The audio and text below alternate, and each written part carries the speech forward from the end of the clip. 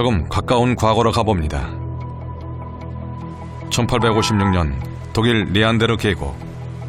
계곡 근처 동굴에서 신원 미상의 백골이 발견됐습니다. 사망한 지 너무 오래돼 화석으로 변해 있었죠.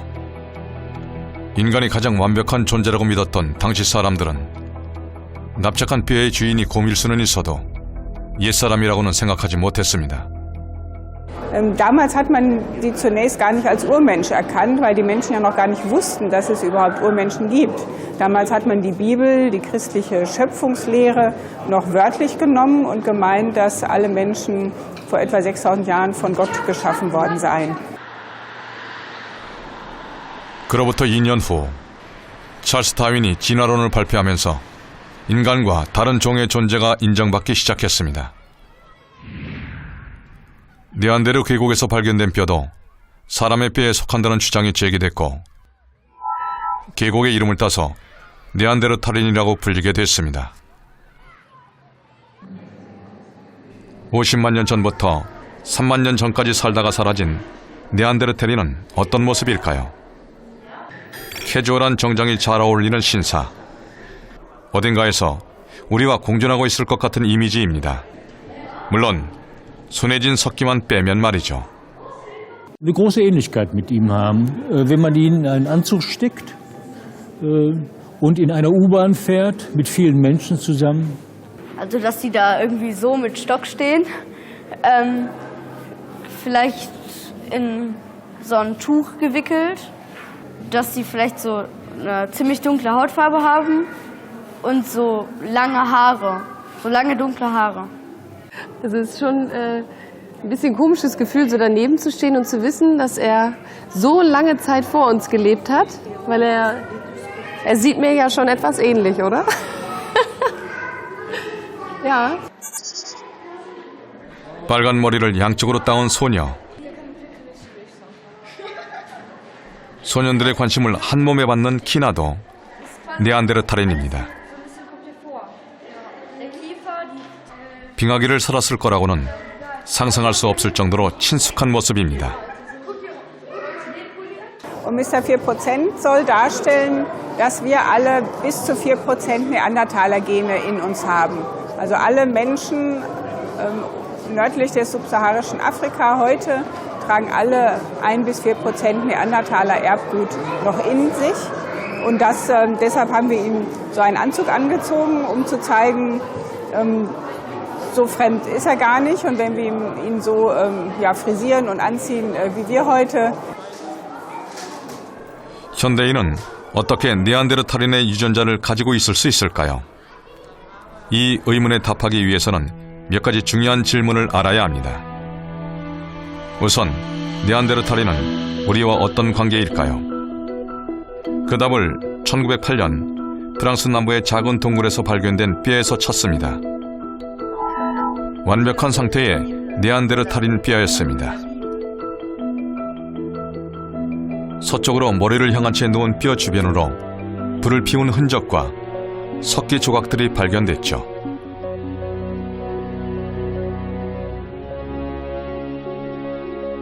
치아는 많이 빠져 있었지만 나머지 뼈들은 상태가 좋아 복원 가능성을 높였습니다. 네안데르탈인은 어떻게 생겼을까? 당시에 고생물학자가 내놓은 답은 미개인의 모습이었습니다. 머리가 앞으로 빠진 구부정한 모습, 유인원을 닮은 이미지는 인간 원숭이라는 이름과 함께 네안데르탈인을 상징하는 이미지가 됐습니다.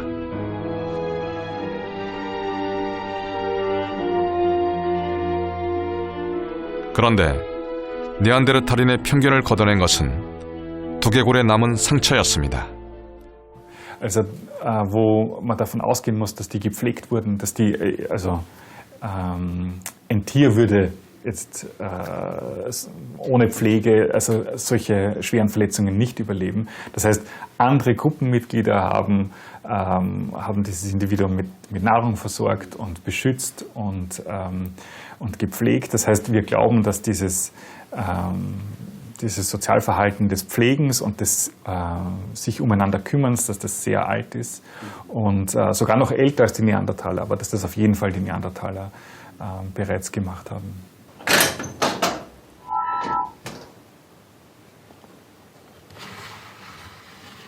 보살핌을 받아 상처가 치유된 흔적은 다른 네안데르탈인의 뼈에서도 종종 발견됩니다. 오랜 시간이 지나도 사라지지 않은 채 남은 위상 흔적들. 이 네안데르탈인은 어떻게 살아남았을까요? So these are all the remains of the lower part of the arm, so either radius or ulna. And what is interesting is that we have some curious cases of trauma. This is one ulna that shows actually the amputation. So the person, like the lower part of the bone was just amputated, but which is amazing is it is healed. Like this end shows that the person survived and lived with the amputated arm. So it shows something about their knowledge of healing and successful healing. Especially, I mean, amputated arm is serious. You know, a lot of things can go wrong when amputation happened, but this person survived and lived with the amputated part of his amputated arm. So. 유인원에 가까운 네안데르탈인의 이미지는 우리의 편견에 비친 환상이었을지도 모릅니다. 네안데르탈인들에게는 문화가 있었습니다. 도구를 제작하고 불을 피울 줄 알았습니다.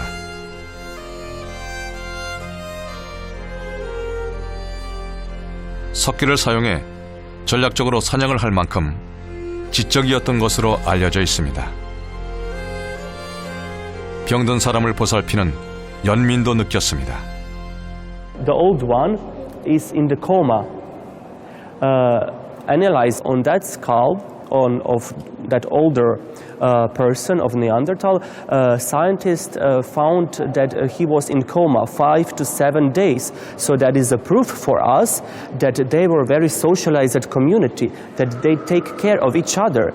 They care about the children, the sick one, the old one, even that people in the coma. 뼈는 알면 알수록 더 많은 질문을 쏟아냅니다. 그 질문에 대한 답을 찾는 과정에서 스스로의 고정관념이나 편견을 마주하기도 하죠. 화석이 된 뼈가 현대를 살아가는 우리에게 갖는 의미입니다. The bone is the evidence, right? The bone tells us something.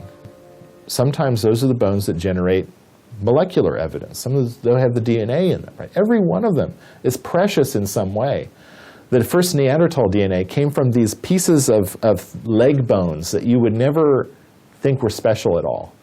And yet they've generated more information about Neanderthals than anything else, right? So for me, they're precious.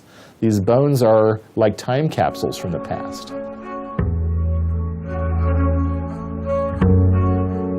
일상에서 의식하지 못한 채 지나치는 것들이 있습니다. 나 자신, 가족, 인류의 기원해가는 것들이죠.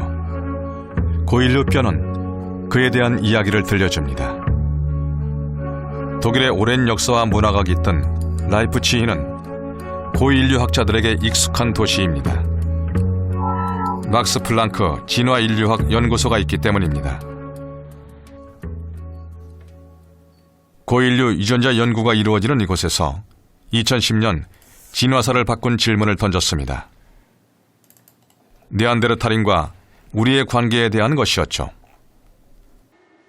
막스 플랑크 연구진이 찾은 답은 놀라웠습니다. 4만 년도 더 된 뼈에서 추출해낸 DNA를 현대인의 DNA와 비교해서 우리 안에 네안데르탈인의 유전자가 4% 존재한다는 사실을 밝힌 것입니다. 우리 몸 안에 있는 네안데르탈인의 DNA 4%가 의미하는 것은 무엇일까요? Ist das sowohl Haarfarbe, es Varianten gibt, die Haarfarbe quasi beeinflussen, oder so die Schattierung von der Färbung von der Haut. Es gab auch Ergebnisse, die darauf hingewiesen haben, dass die Schlafpattern, also quasi wie ob ich ein Frühaufsteher bin oder eher gerne abends länger wach bleibe, dass das scheinbar auch ein bisschen mit Neandertaler-Varianten assoziiert ist. Aber was interessant ist, ist, dass es nicht nur in eine Richtung ging. Und bei vielen von diesen Varianten sah es so aus, dass die Neandertaler mehr als eine Auswirkung haben können, also dass die quasi Variationen beigetragen haben. 우리는 모두 4%의 네안데르탈인입니다. 3만 년 전까지 우리의 조상과 함께 지구 어딘가를 거닐었을 그들. 네안데르탈인들의 실체를 찾아간 과정은 우리의 진정한 모습을 찾아가는 이야기였을지도 모릅니다. 그리고 진화를 생각합니다. 인류의 진화는 지금도 진행 중이죠. 인류 진화의 역사에 등장했다가 사라진 수많은 존재들. 현재 우리의 삶에 영향을 준 존재는 네안데르탈인뿐일까요? 우리가 걷어내야 할 또 다른 편견과 환상은 무엇일까요? 우리는 어디쯤에 있는 것일까요? If you imagine a glacier up at the top of a mountain valley, and down at the bottom there's this tremendous lake. Imagine if that lake was the 7+ billion human beings on the planet. And that glacier is melting, and those rivulets of water are actually our ancient relatives. But sometimes you'll see one species that breaks off and disappears in the gravel and doesn't contribute to that big lake. Other times, a rivulet might break away and then come back and rejoin us a little bit, and that water becomes part of us. We don't have all the answers. We're still exploring, and we're going to find new things, and those new things are going to tell us stories that we didn't know about. That the next discovery could be in their backyard. The next discovery could be something that you know about that no one else maybe has seen.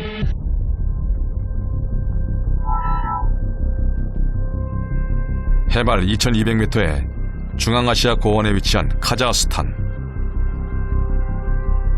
지금은 바람뿐인 초원이지만 수천 년 전에는 유목민의 본거지였습니다. 유목민은 귀족의 무덤을 화려하게 장식했는데 그 장식이 지금까지도 잘 보존되어 있습니다.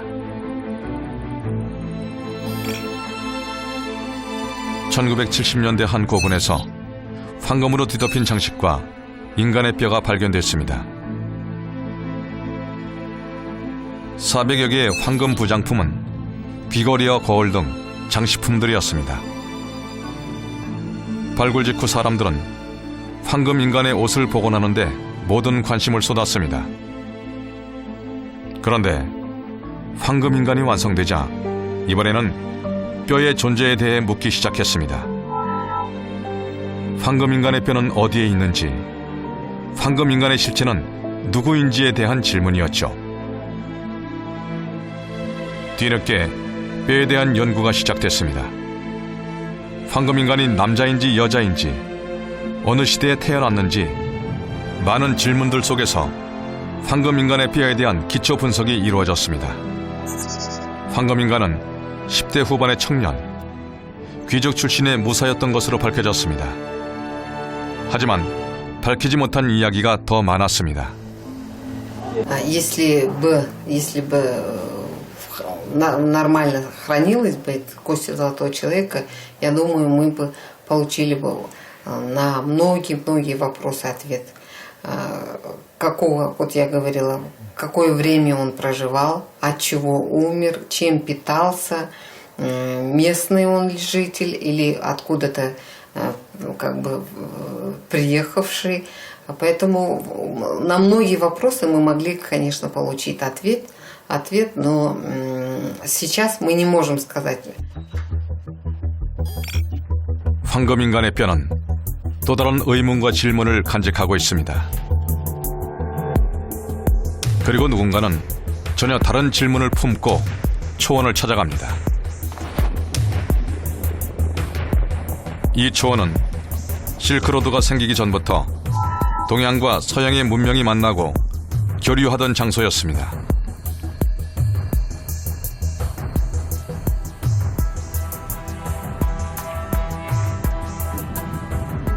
초원은 유목민들에게는 삶의 터전이었습니다. 살아가는 동안 정착할 집이 없었던 그들은 흔적을 남기지 않았습니다. 그들이 남긴 유일한 흔적은 죽은 사람들을 위한 영혼의 집, 무덤이었습니다.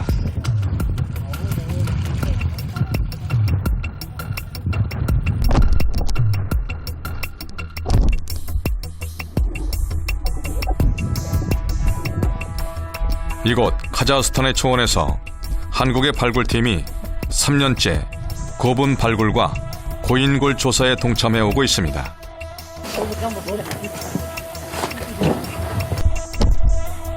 이들을 멀리 카자흐스탄까지 이끈 것은 한국인의 뿌리에 대한 질문이었습니다. 한국인의 뿌리를 한반도 안에서만 찾지 않고 멀리 수천 년 전으로 시선을 돌린 것이죠.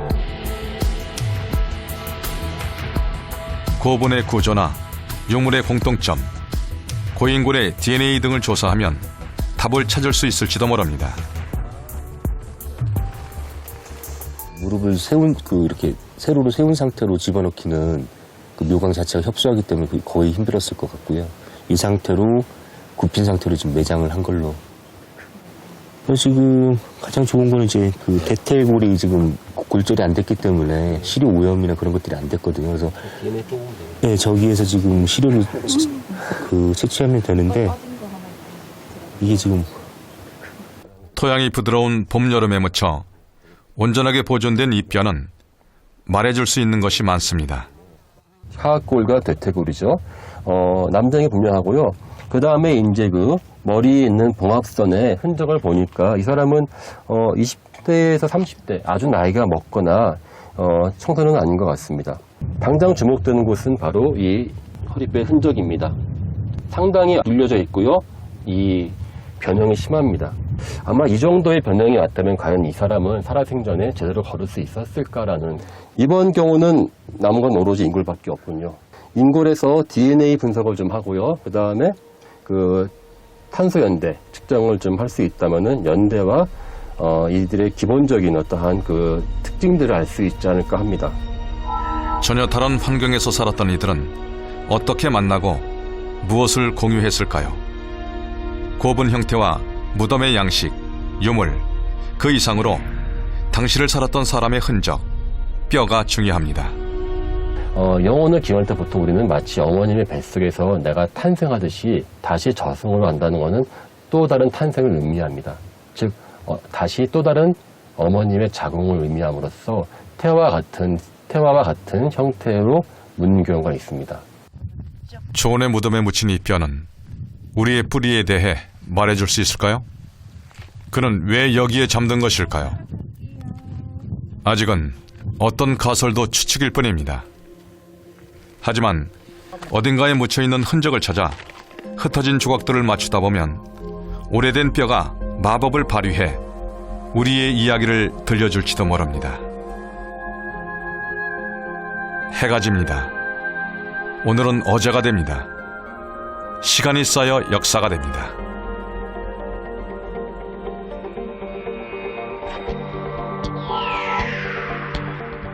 이제 우리의 이야기를 해볼까 합니다. 날레디나 네안데르탈인 같은 고인류 화석이 발굴되지 않는 우리에게는 그래서 질문을 던질 기회가 많지 않았습니다.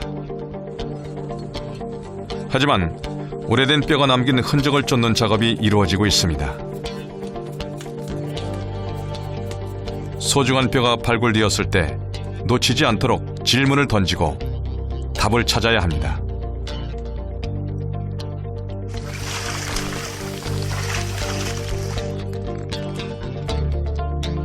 (2017년) 경주 월성에서 발견된 고인골들. 9m 높이에 성벽 안에 묻혀있던 이 뼈들은 신라시대의 제물로 추정됩니다. 일반적으로 우리가 알고 있는 사람을 묻는 그런 형태가 아니라 바로 이 성을 축조하는 과정에서 함께 이루어졌던 행위이기 때문에 인신공양의 가능성을 갖다가 높이 생각할 수밖에 없는 것이죠.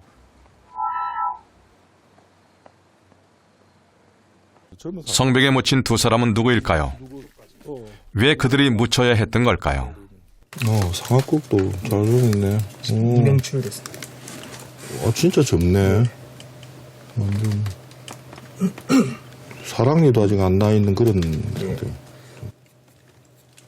뼈를 건조한 후 DNA 검사가 끝나면 비로소 퍼즐이 맞춰질 것입니다.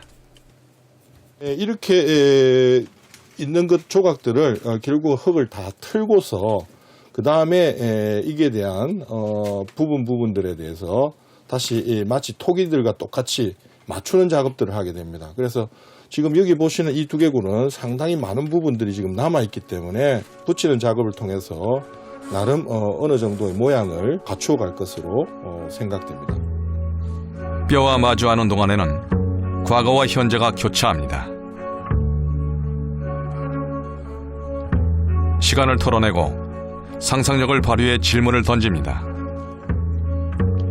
뼈를 통해 드러나는 과거 그들의 삶과 현재의 우리는 어떤 관계가 있을까요? 이들은 누구일까요? 왜 지금 우리에게 온 것일까요? 현재 우리나라에는 여러 시대의 모든 인물들이 다 부족한 상태입니다. 한국인들이 어떻게 변화되어 왔고 또 어떠한 모양들을 하고 있는가 하는 것은 역시 선사시대는 물론 역사시대 인물들도 필요할 겁니다. 어느 시대의 것은 소중하고 어느 시대의 것은 소중하지 않다라고 말할 수 있는 자료는 아무것도 없습니다. 부산 동래읍성에서 발견된 임진왜란 당시의 인골들. 100여 구의 인골이 성벽 앞에 버려진 채로 묻혀 있었습니다.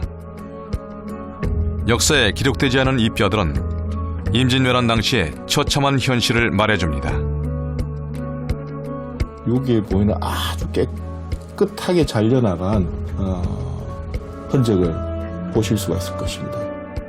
이 뼈의 주인은 누구이며 무슨 일을 당한 것일까? 이 20대 여성의 경우에는 3번에 걸쳐서 칼을 맞았다는 것을 알 수 있습니다. 즉 처음에 이렇게 맞았던 자국이 여기 보이는 이 집입니다. 그래서 다시 머리를 치게 되는데 그 과정에 여기 보시는 또 작은 선이 하나 있습니다. 그리고 최종적으로는 아주 잔혹하게 힘을 가해서 얼굴 앞면부가 잘려나갈 만큼의 그런 처참한 상황에서 이 여성이 죽었다. 당시의 사용되었던 무기, 즉 조총이 관통한 흔적입니다. 즉 뒤에서 관통하여서 앞쪽으로 나갔다는 것을 의미합니다. 이 어린이도 하나의 임진왜란의 희생자였던 것입니다. 검으로 어깨가 잘려나간 뼈, 칼로 베이고 총에 맞아 목숨을 잃은 뼈. 이 뼈들은 무언가를 말해줍니다. 질문은 우리의 몫입니다. 지금은 오히려 우리의 연구가 필요하다는 것이죠. 즉 우리 한국인은 무엇이며 한국인은 어떤 특징을 가지는가 하는 연구, 그리고 한국인들이 과거 생활은 어떤 고고학적인 의미를 가지는가 또는 관련성을 가지는가 하는 것인데, 인간이 지나온 오랜 여정, 인류의 진화를 제대로 이해하기까지 수많은 질문이 있었습니다. 오래전에 뼈 한 조각으로 인류의 역사와 삶이 복원돼 왔습니다. 역사는 뼈와의 대화입니다. 우리가 묻고 뼈가 대답하는 대화. 이제 스스로에게 질문해 봅니다. 무엇을 묻고 어떻게 답해야 할까요?